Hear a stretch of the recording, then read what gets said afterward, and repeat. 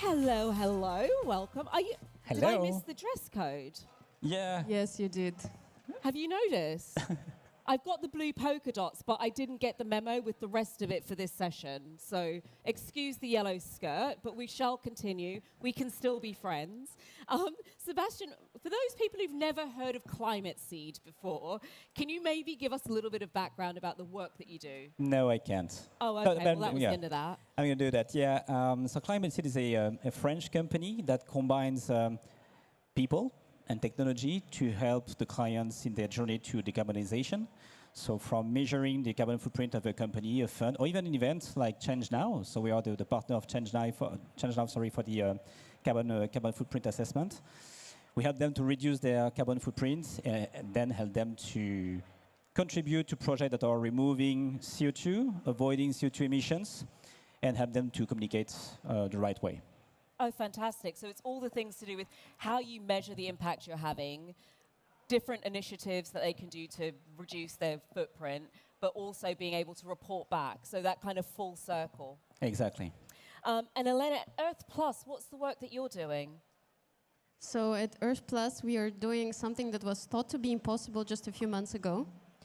We figured out a way to clean soils from forever chemicals with nature, remove a lot of CO2 in the process, and lock this CO2 into circular construction materials. Think of it as indeed the largest soil and CO2 cleanup in history with nature, kind of like the next ocean cleanup. We're also working with companies and cities to reduce their emissions in a very creative way. We work on unmanaged lands, on industry lands. We plant there as well, remove CO2 on massive scale in places they even haven't thought of. And then we again lock it into carbon removal projects. So because the audience are from a very vast backdrop here, sometimes there's lots of terms that we use a lot, but some of us who are really deep in the space totally understand it, and there's others who are kind of like, we hear the term a lot and we just pretend we know what it means. We're just nodding along, but we have no clue. So when we're talking about reducing a company's carbon footprint, what exactly do we mean by that? Is it just how much time they're on the road? Yeah, so actually, the first thing that we need to do is to define the perimeter of what we want to assess, So really the idea is to understand what are the different parts of the company that are emitting some CO2. So really the key thing is to measure, to determine what we want to do, what we want to measure. And then what we do is basically gathering data to understand, well, basically where are the different sources of CO2. And then we have something very typical from our industry, which is emission factors. So we get the data, and we try to understand this particular data, what does it mean in terms of CO2 emissions? And that's pretty much it. And then as soon as we have it, we can identify the pockets where we can implement some or take some actions, implement some really things to reduce the carbon footprint. But basically, that's assessing what the company is doing and what is the CO2 that is behind this activity. And so that's not just within the company, you're then looking at their suppliers and the full supply chain as well? Yeah, so the idea is to have a global understanding of the carbon footprint of the company. So again, let's come back to the definition of the perimeter. If you want to analyze the carbon footprint of this glass, it's just one product. But the idea is to have the wider picture that is possible in order to have the better assessment of the carbon footprint of a company. So from the factory, the suppliers, the impact of the employees. So really the idea is to have a global picture, so involving as much as we can all the ecosystem of the company. So it's a huge footprint. Has he missed anything, Elena? I think he's very skilled. But I would say it is a huge footprint. And actually, I really like the definition of net zero that I've heard, that we often focus on the companies being net zero, but we actually have to be net zero as a society. So it's really important for companies not just to see how they become net zero themselves, but how they collaborate with their whole ecosystem to make sure that others transition to net zero too. And how they also make sure they're nature positive. Just coming out of Innovation Zero in London, Johan Rockstrom and Sir David King were speaking there, and they were saying that it's really important to reduce carbon rapidly, but also restore nature, because that gives us this balance to our ecosystem. So rather than just looking at a carbon footprint, it's taking it further to say, how do we get to a point of being net zero? On that point, what is the role of partners and collaborators? Because the scope you just described, Sebastian, is huge. You know, you're looking at what you're doing within the company, you're looking at your whole supply chain, you're looking at how your employees are getting to the company. Surely you can't just do that internally. Like, what is the role of other partners and collaborators in supporting organizations and moving forward? So yeah, the idea is to, you have on one side the carbon footprint, but the role of the different stakeholders of the company is to maybe to help the company to measure the carbon footprint, to help the top management to set targets, ambitious targets, and everybody has a role to play. So in terms of data collection, in terms of putting pressure to top management just to set, let's say, concrete actions, so to implement concrete actions. So I would say every stakeholders have a role to play, not only in helping gathering the data, but challenging the company, helping them to set some ambitious targets, let's say. Elena, what do you think the role of collaborators and partners is? Because the work that you're doing is slightly different. It's not necessarily the management, but you're giving organizations a different route to effectively solve the same problem. Well, first of all, let's admit ESG and all of this, it's hard, right? It's a headache. First of all, you need to know a bunch of knowledge things and science, right? Then you have a whole bunch of regulations, the most complex regulations ever seen, and they just keep coming, you know, and new. And as a company, you might have a lot of headache dealing with that. So partners are there to make companies' life easier. So Sebastian, for example, he can help calculate the footprint and finally know what are the activities that are causing the most emissions and where to put your efforts in. Other companies like us, we can find creative ways in order to reduce the footprint, and we are doing this for companies, so it's very simple, you know, headache taken away. We are just reducing the emissions for you, and you even haven't thought of it before. So yeah, that's why innovative solutions are also really important, because they're helping to make companies' life easier, and I'm sure a lot of companies are looking for this type of solutions. So it's all about, rather than reinventing the wheel by yourself, it's understanding there are organizations out there whose role is to help connect you, network you, support you in making the right decision. What do you think the role of technology is, though? Because but let's face it, in every space we want to throw a bit of technology at it. We're trying to fix something, let's throw some tech at it. Where does technology fit in supporting companies to really make the sorts of changes that we need them to make nowadays? As you said, the work is huge, the amount of work is huge. So that's why we want to use technology in order to help ease and smooth the process. So it's a good way to connect the people, gather everybody around the mission, and make sure then that you are leveraging the tool to gather the information, make all the calculation automatically in order to ease the process and go viral, let's say. Help, you know, it's a good way as well to help to promote what you're doing by leveraging technology.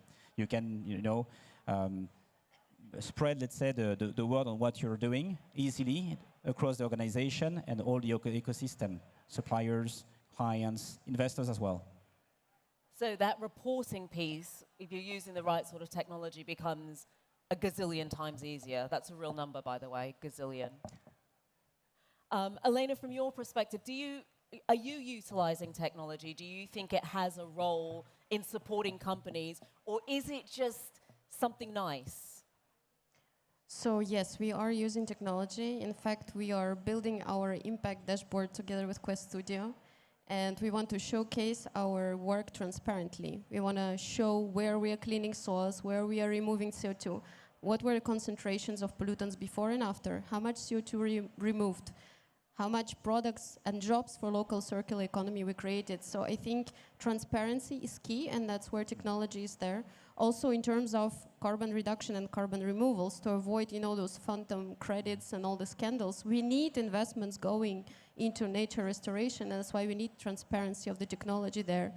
But it's an enabler, right? We sometimes think technology will solve everything. We think engineering will solve everything, but let's face it, WWF just pushed a report that in the last 10 years, nature removed 53% of our extra greenhouse gas emissions. Nature did that. So while we have to have technology to enable transparency, we also really, really, really need to restore nature, because that's our best ally and it has a lot of solutions. So technology, when used well, especially in the area of transparency, is really helpful. We speak a lot, and we mentioned it earlier, about how difficult it can be when we're looking at carbon footprints to measure and to have impacts, because it's so broad. Where do companies even start? So there might be people in the room here who are like, this sounds like a brilliant idea. I've been on it for ages. Where do I start? Where do I start? First thing is to come to our booth, and we help them to measure the carbon footprint as Climate Seed, better called Climate Seed. Now, honestly, I think that the first thing is to take a part of the company, a product, an event, a business line, and to work with a limited scope and try to do the first exercise on a smaller scale, but make sure that you go and do everything by the book, let's say, being helped by someone that is, let's say, an expert. But start small, and then you can, build on it and go wider. So don't try and do the whole organization in one go. Pick a little scope and go a little bit deeper. Elena, is that the approach that you'd suggest as well, or is there something extra you would add to that in terms of a sensible, easy, accessible starting point for companies? Well, I think indeed they should first go to the booth of Climate Seed to understand their emissions. She's not being paid. Hopefully, right? Maybe you don't know that, right? So first you need to understand where the emissions are coming from, and first also what these emissions represent, right? Because we are talking a lot about tons of CO2, but what is even a ton of CO2? It's 6,000 kilometers driven in a diesel car. But as a company, you need to understand where the emissions are coming from in order to be able to take action, because then you can focus your action on those things that will bring the most results. And afterwards, after you've come to Sebastian, you come to us, and we do extra magic for you that removes additional emissions as well. There are lots of cool solutions out of which the roles that you're both in means you've come across a lot of interesting solutions. I know, Elena, you've got some yourself. Can you give us some examples of how companies are actually driving change and reducing their CO2 emissions? I mean, we talk a lot about the problems and the challenges, but where are you seeing success? What are people doing that's working super well?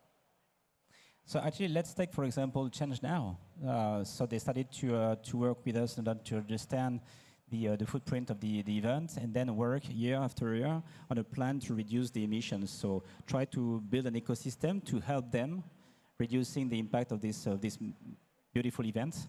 And actually, I think that's the key thing, is to make sure that you have the right partners to help you achieve what you want to do, and take time. For sure, it takes time. So to understand that you will need time year after year to implement what you want to implement and have a better footprint. So I think ChangeNOW is the right example. They are assessing their footprints each and every year, try to improve what they are doing, and that's it. And I like that you say it's not all at once. You can see this as a multi-stage, multi-year project. Assessment might take a year to kind of understand where you are right now, and then it's just chipping away to find different things that you can do to improve. Yes, and it's super important as well to build trust with the participants, with the audience, with the clients, investors, because you show each and every year that you're improving what you're doing, and it's really important. Elena, what examples have you seen of where companies have been really successful at driving change? So I will give two. First one is MasterCard. I spent 11 years there, fantastic company. They did calculate their carbon footprint, set the goals and everything else, but then they indeed went beyond to see how they can work together with their whole ecosystem, because they are at the heart of e-commerce. How can they work with all of their partners to enable this transition? So they have a lot of projects like Priceless Planet with tree planting and all kinds of other projects that enable partners to reduce their footprint too. And the second one is Cordel Group. So it's a group of construction companies, 170 companies, and they are really passionate about building a CO2 neutral future. They are our first partner and supporter. They truly believed in our idea, and they are implementing our products within their industry as well.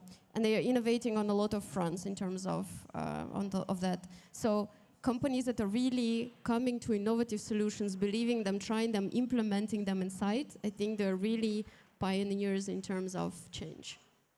Those are some really great examples, and people can say those are big companies. And we know that there are a lot of, the vast majority of companies are not multinational companies. They're not, they're not events of this sort of size and scale. They're smaller organizations that might be employing 40 or 50 people.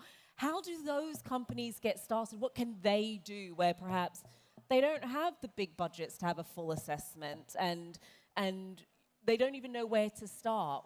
Any help for those companies? Because there are a lot of them out there.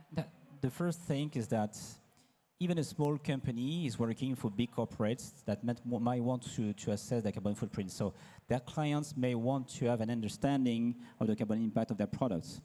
They may have some investors that want to have an understanding of the carbon footprint as well, and even employees that want to see their company engage in the fight against climate change. So they have to do something, even if it's a small company. I understand that it can be seen as difficult. I would not say difficult, but technical. So that's why they need to have some experts. And the first 2 or 3 exercises are technical. They need some help for sure. But let's take it as an engagement initiative. It will involve employees, suppliers, maybe clients. So it's a good way to engage and to promote sustainability within the company. So again, start small, ask some experts to help, and build on it. Elena? You're looking at me. I am. So I think as small companies or even as individuals, sometimes we think we don't matter much and that what we do will not bring a lot of impact. But that's not true, because every big societal change started with a small group of people. And in fact, there is a study on the societal tipping points as well, that we need just 10% of very dedicated minority to turn the whole society around. Small companies, they are 90% of companies worldwide. They impact lives of 2 billion of people. So for them, it's as important to work on climate as for any big company as well. And I feel like sustainability is such a great area for collaboration. Finally, we are putting aside competition, us against them, we are trying to work together to solve one common challenge. And there are a lot of partners out there that help small companies do that too. Maybe it's not a full-scale investigation like they do for big companies, but there are definitely solutions that just do quick assessments and already help to start making those steps. And what are you excited about for organizations? So as you're talking and saying this is about collaboration and it's about working together, are there some ways that people can start collaborating and working together now? Companies are made of individuals. Are there some really tangible examples that you can say to people in the room today, this is what you can go out and start doing immediately? You want to think about your answer? I was before during the day at the meetup of Ellen MacArthur Foundation, and I thought they had really, really practical, tangible way of doing that. So they split everyone in groups, so a business, a startup, an enabler, and somebody else, I don't remember. And we all had to go in groups where all 4 were present.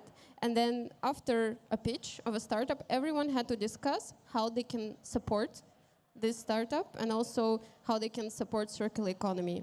So I think whenever we meet people here, there's a vast, amazing majority of solutionists, right? It's a fantastic place to be. It's like a place of hope. So for me, a practical one would be to talk to as many people as possible, and when talking, to think together of how we could support each other. On my side, I would say make sure that you help people be creative in the fight against climate change. Give them space to do that. So we have the example, we have our main shareholder, Gisaxa, and you see that there is a space for creativity. In the, climate change is within the DNA of this group. Make sure that we find some solution for the clients, and they give space for creativity in this field. So encourage creativity, innovation. That's what we see in our shareholder, and basically we are super happy to have this shareholder supporting us, supporting our small company, because creativity is an important thing in order to fight against climate change. It's important for AXA as well. I love what you're saying there about being very creative, because I think, especially when you're thinking of a big problem, it's almost as if you want to sit down and say, give me a big solution to the problem.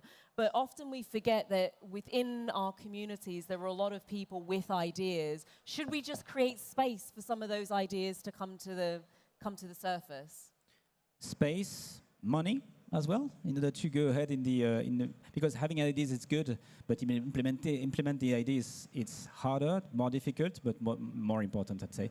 So we need time, energy, money for innovation. Speaking about money, when we think about doing something different, I'm going to ask the question, we can sit and say it's really important that companies get behind making changes for the planet, and companies are commercial entities. Is doing good for the planet also commercially good for business?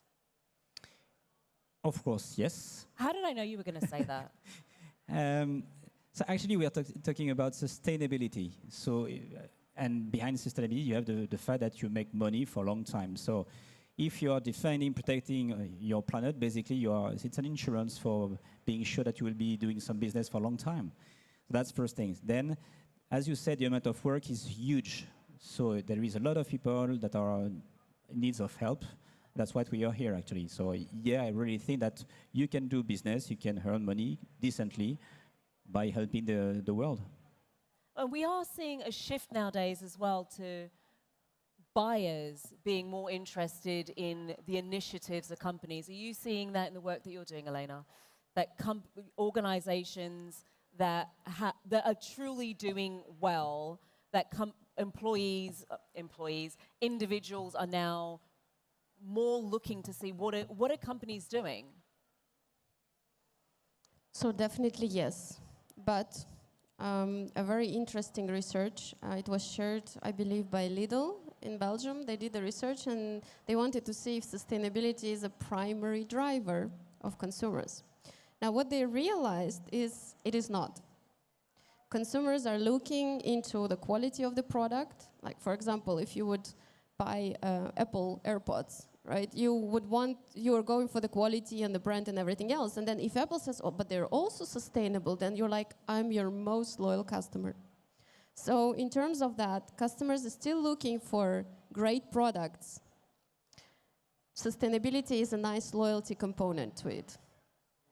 And in a world where people will move from one company to the other very quickly, it's an avenue for building brand loyalty. So, yeah. Go ahead. No, it's absolutely. And also what really driven companies can do, like I love the example from Lidl, when they did that research, they realized that they only want to put sustainable fish in their supermarket, so only fair trade bananas, so that there is no other choice, and then consumers are also supporting that. But yeah, don't get me wrong, of course, consumers are now pressuring more than ever, and that's why companies are also changing. If I may add, look at the evolution of regulation. There is always more and more regulation around sustainability. Why are there so many regulations being implemented today? Because there is a pressure from political. And why the political are pressuring for more regulation? Because the private society is pressuring the political. So that's everything is coming from I would say the bottom. That's not the right word, but from the people. I actually want to add on that because I think that was fantastic. And that's why Earth Plus is also here, because it started with a big scandal in Belgium around forever chemical contamination. And it was all over the news. It was found very high in people's blood. They couldn't eat food from their gardens, pick eggs from their chickens. They didn't allow kids to play outside. It was all over the news, all over the TV. And that's why, that's why there was this pilot in Belgium to start cleaning that up. That's why the government is now creating funds to do that, is looking into that and looking into helping companies change as well to clean up that pollution and to avoid it in the future. So absolutely, the pressure does come from people.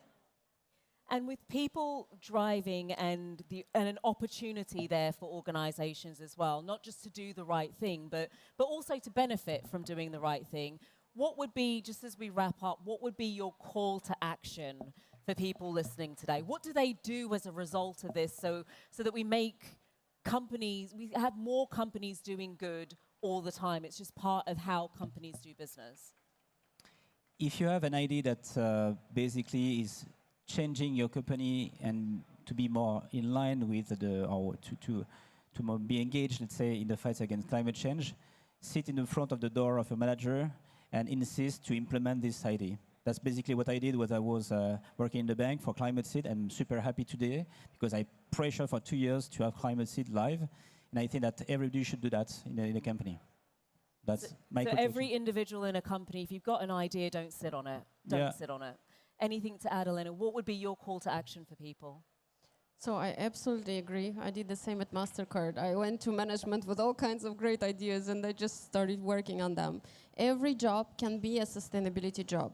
If you want to make impact, just go into it. There is a bunch of opportunities within the company and outside of the company. And for companies, sometimes they think that, oh, regulation, compliance, this is all a mess. I just want to comply and sleep well. Well, for companies, it's a shift of perspective of looking at that as an opportunity that you don't want to miss out. We are moving into a better future. We are moving into a cleaner future where we are healthier, we're happier, we work less. So for companies, it's important to consider this not as a headache, but as opportunity. And then that shift of perspective really makes them look into a new business case for a better society. Fantastic. I'm afraid we're out of time. I'd love to be able to talk to both of you for a lot longer. Sebastian and Elena. Thank you. Thank you very much.